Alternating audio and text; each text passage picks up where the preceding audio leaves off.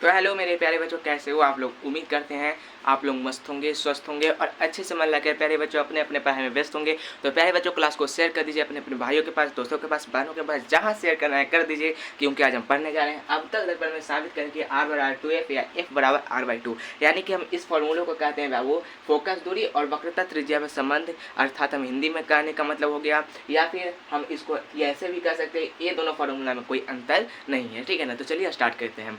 अगर वीडियो अच्छी लगे तो क्लास को लास्ट में मतलब कि लाइक भी कर दीजिएगा, ठीक है ना। तो चलिए स्टार्ट करते हैं। यहाँ पर देखिए बाबू, अवतल दर्पण में क्या दिया, तो हम अवतल दर्पण में बनाते हैं। अवतल दर्पण यहाँ पे बनाते हैं। अवतल दर्पण को हम यहाँ पे ड्रॉ करते हैं, ठीक है बाबू। अवतल दर्पण ये रहा सर अवतल दर्पण, पीछे यहाँ पर कलई करा रहता है ना, यही है ना सर अवतल दर्पण, हाँ यही है। और यहाँ से हम बीच से खींचे प्रधानाक्ष, और ये है हमारा P यानी कि ध्रुव, ये है हमारा F यानी कि फोकस। एक मिनट और दूर कर देते हैं हम इसको, ठीक है। ये हमारा है सर F यानी कि फोकस, और ये हमारा है सर केंद्र, ठीक है, वक्रता केंद्र जिसे हम कहते हैं P, F और C, ठीक है। अब उसके बाद आपको एक बात याद रखना है जो मैं आपको बता रहा हूँ। क्या आपको पता है बाबू, क्या आपको पता है वक्रता त्रिज्या के बारे में, वक्रता त्रिज्या के बारे में, कि वक्रता त्रिज्या आखिर होता क्या है, यानी कि जिसे हम R से सूचित करते हैं वक्रता त्रिज्या को, होता क्या है। तो सर देखिए, वक्रता त्रिज्या जो होता है ना, वो P और C के बीच की दूरी होती है। क्या?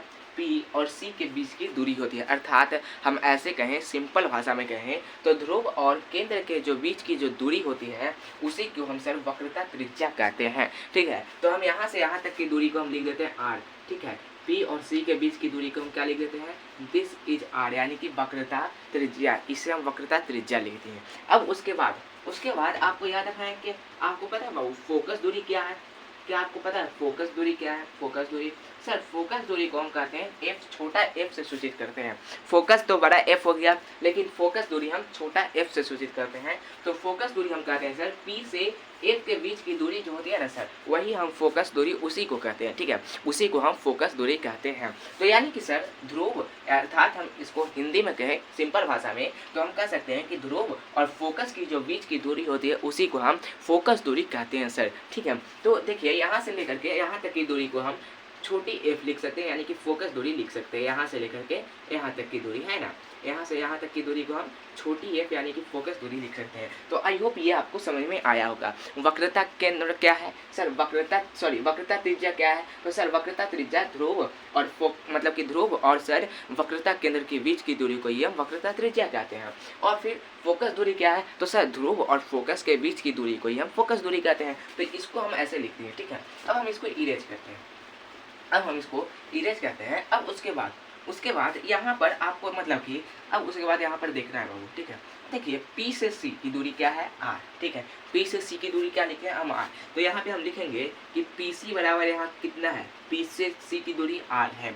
P से C की दूरी कितना है, R, यानी कि हम R किसे कह रहे हैं, R हम कह रहे हैं सर वक्रता त्रिज्या को। तो P से C की दूरी R है, और P से F की दूरी क्या है सर, P से F की दूरी छोटी f है, यानी कि फोकस दूरी है। P से F की दूरी छोटी f यानी कि फोकस दूरी है। अब उसके बाद आपको यहाँ ध्यान रखना है, क्या बाबू CF और PF बराबर है। बस आपको इतना ध्यान, मतलब कि आपको इतना बताना है कि क्या CF और PF दोनों आपस में बराबर है। जैसे कि हम यहाँ पे लिखते हैं, यहाँ पर दो मतलब कि एक डंडा है, और इस डंडा को हम दो भाग में तोड़ दें, ठीक है। इस डंडा को हम दो बराबर भाग में तोड़ दें। ये डंडा मान लीजिए पूरा बाबू, ये डंडा 8 सेंटीमीटर का है, और दो बराबर भागों में इसको हम तोड़ दें बाबू, तो प्यारे बच्चों इधर 4 सेंटीमीटर हो जाएगा इस डंडे का भाग, और इधर 4 सेंटीमीटर हो जाएगा इस डंडे का भाग। तो इसका हम यही नाम रख देते हैं, ये P है, ये F है, और यहाँ पे ये C है। तो क्या अब हम बोल सकते हैं कि CF जो है वो PF के बराबर है कि नहीं है। हाँ सर, ऑफकोर्स है, CF जो है वो PF के बराबर है। तो यानी कि हम लिख सकते हैं यहाँ पर कि जो CF है ना सर, वो किसके बराबर है, PF के बराबर है। यानी कि C से F की दूरी जितनी होगी उतनी ही दूरी P से F की होगी, ठीक है। जितनी दूरी C से F की होगी उतनी ही दूरी P से F की होगी, ठीक है। आई होप इतना आपको समझ में आया होगा। फिर से हम बताते हैं, यहाँ पर हम P से बराबर क्या लिखे हैं, R यानी कि वक्रता त्रिज्या, R यानी कि क्या होता है वक्रता त्रिज्या, PC बराबर R। फिर PF बराबर हम क्या लिखे हैं, छोटी f यानी कि फोकस दूरी, छोटी f यानी कि फोकस दूरी PF बराबर। उसके बाद जो CF है वो किसके बराबर है, PF के। CF जो है वो PF के बराबर है, अर्थात जितनी दूरी CF के होगी, मतलब कि जितनी दूरी CF की होगी उतनी दूरी ही PF की होगी, ठीक है। यानी कि C से F की दूरी मान लो 4 सेंटीमीटर है, तो उतनी ही दूरी P से F की होगी, यानी कि 4 सेंटीमीटर, ठीक है। आई होप आपको इतना समझ में आया होगा। अब आगे चलते हैं, इधर प्यारे बच्चों आपको नहीं दिखता इसके नीचे, तो इधर से हम चलते हैं, ठीक है ना। इधर से अब हम आपको बताते हैं। अब देखिए उसके बाद आपको इतना ध्यान रखना है, ठीक है, इतना आपको देखना है कि देखिए बाबू, क्या हम इसको ऐसे लिख सकते हैं, PC तो PC है, ठीक है ना, PC तो PC है, क्या हम PC को PF जोड़ CF लिख सकते हैं? क्या हम PC को PF जोड़ CF लिख सकते हैं? कैसे कैसे सर? चलिए देखते हैं, बताते हैं। देखिए मतलब कि PC को हम बाबू, PC को हम PF प्लस में CF लिख सकते हैं कि नहीं?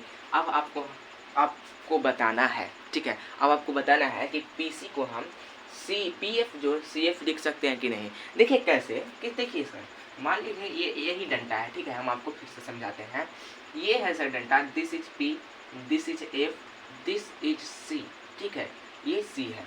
अब हमको ये बताइए कि P से C की दूरी कितनी है? मान लीजिए P से C की दूरी 8 सेंटीमीटर है। कितनी? P से C की दूरी 8 सेंटीमीटर है, ठीक है। तो क्या हम यहाँ पर PC तो PC बराबर, ठीक है, PC तो PC बराबर, अब हम इसको आधा तोड़ दिए, तो हम क्या बताएं, CF जो है वो PF के बराबर होता है ना। तो यानी कि इधर भी 4 सेंटीमीटर का होगा, इधर भी 4 सेंटीमीटर का होगा कि नहीं? हाँ सर होगा। तो यानी कि हम सर CF और PF को जोड़ेंगे, CF और PF को जोड़ेंगे तो क्या हमारा PC निकल जाएगा? देखिए देखते हैं।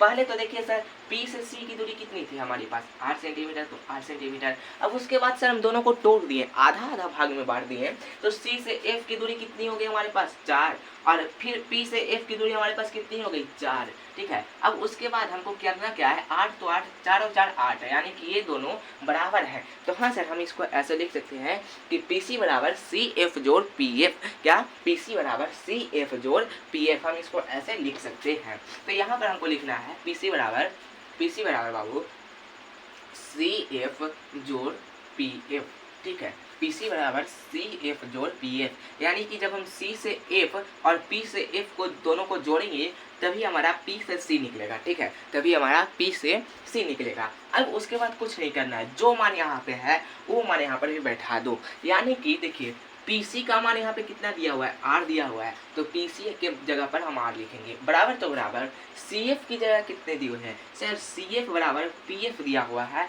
तो यहाँ पर हम लिख देंगे सर PF प्लस, अब PF कितना दिया हुआ है यहाँ पर सर? PF जो है ना, PF बराबर F दिया हुआ है, PF का मान F दिया हुआ है, छोटी f यानी कि फोकस दूरी दिया हुआ है, तो F लिखेंगे। उसके बाद R तो R, अब उसके बाद फिर यहाँ पर एक PF रह गया, तो यानी कि यहाँ पर भी PF का मान F दिया हुआ है, तो हम इसको F कर देंगे, प्लस में F।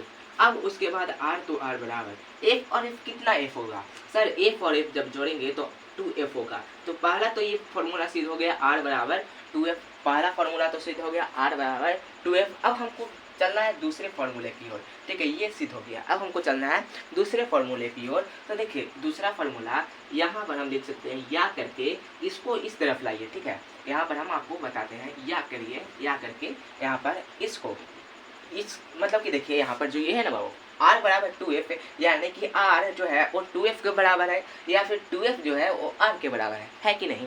तो हम इसको उलट सकते हैं, यहाँ पर 2F हम इधर लिख सकते हैं और R को हम उस तरफ लिख सकते हैं, ठीक है। 2F को हम इधर लिख दें, R को हम उधर लिख दें। अब हम करेंगे क्या, F को हम इधर ही रखने देंगे, F को हम इधर ही रहने देंगे। क्यों? क्योंकि हमारा ये फॉर्मूला लाना है, तो हम F को इधर ही रहने देंगे, बराबर R तो R। अब देखिए दो जब गुना में है तो नीचे जाएगा तो किस में होगा सर? भाग में हो जाएगा। तो यानी कि R बराबर 2F या F बराबर R/2, ये हमारा मतलब कि सिद्ध हो गया है ये फॉर्मूला। तो आई होप बाबू ये आपको समझ में आया होगा। तो क्लास को लाइक भी कर दीजिए बाबू, ठीक है ना। मिलते हैं अगली क्लास में, तब तक के लिए हंसते रहिए, पढ़ते रहिए, मुस्कुराते रहिए, और हाँ कमेंट बॉक्स में ज़रूर बताइएगा आपको ये कैसा लगा। बाय।